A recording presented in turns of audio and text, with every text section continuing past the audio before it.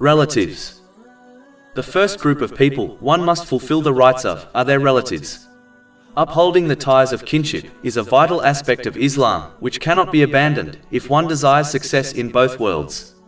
A true sign of one's faith is not spending all day worshipping Allah, the Exalted, in a mosque, but it is to fulfill the rights of Allah, the Exalted, and to fulfill the rights of the creation. One of the most important rights of the creation is to uphold the ties of kinship. One can feign piety by dressing Islamically, but they cannot deceive Allah, the Exalted. When one turns the pages of history, they will always observe that the pious servants of Allah, the Exalted, maintained their ties of kinship. Even when their relatives mistreated them, they still responded with kindness. Chapter 41 Fussilat, verse 34. And not equal are the good deed and the bad. Repel evil by that deed which is better, and thereupon the one whom between you and him is enmity will become as though he was a devoted friend.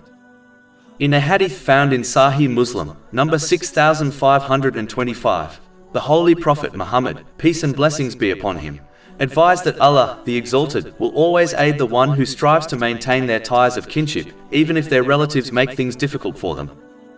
Replying good with good is not special wares. Replying good to evil is the sign of a sincere believer. The former behavior is even seen in animals. In most cases, when one treats an animal kindly, it will in turn show affection back.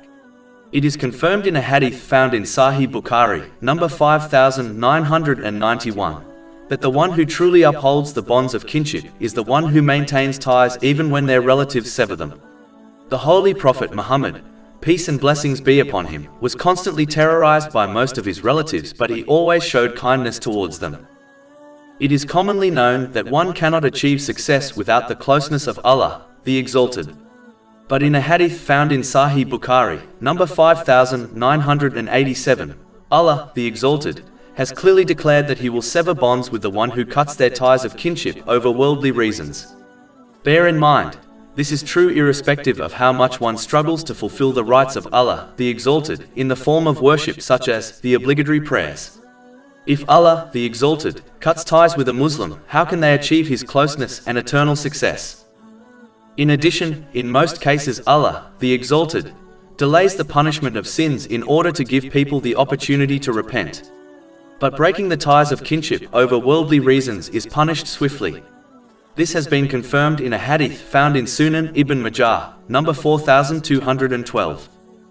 Unfortunately, severing ties is commonly seen in the world today. People easily sever ties of kinship over petty worldly reasons. They fail to recognize that any loss which occurs in the material world is temporary, but if they are disconnected from Allah, the Exalted, they will face prolonged suffering in both worlds. A reason for breaking the ties of kinship, which is commonly seen within the Islamic community, is when one reaches a higher social status through their occupation. This inspires them to discard their relatives, as they believe they are not worthy of interacting with them anymore. Their love for their wealth and social status pushes them to the doors of paranoia, which convinces them that their relatives only wish to take their wealth from them. The Holy Quran indicates that these bonds will be questioned about on the Day of Judgment. Chapter 4 An-Nisa, verse 1. And fear Allah through whom you ask one another and the wombs. Indeed Allah is ever over you, an observer. This verse also clearly indicates that one cannot obtain piety without upholding the ties of kinship. So those who believe they can achieve it through excess worship and fasting are proven wrong and must therefore change their behavior. Islam teaches Muslims to uphold all ties of kinship by aiding their relatives in matters which are good whenever and wherever possible. They have been ordered to adopt a constructive mindset which unites relatives for the benefit of society, rather than a destructive mentality which only causes divisions within families. According to a hadith found in Sunan Abu Dawood, number 4919, creating divisions amongst people leads to one's destruction. Those who sever their ties of kinship have been cursed in the Holy Quran. Chapter 47 Muhammad, verses 22 to 23. So would you perhaps, if you turned away, cause corruption on earth and sever your ties of relationship? Those who do so are the ones that Allah has cursed. How can one achieve their lawful desires in this world or in the next when they are encompassed with the curse of Allah, the Exalted, and deprived of His mercy.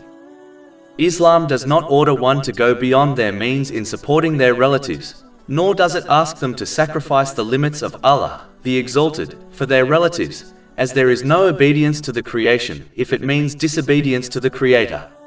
This is confirmed in a hadith found in Sunan Abu Dawood, number 2625. Therefore, one should never join their relatives in acts of evil.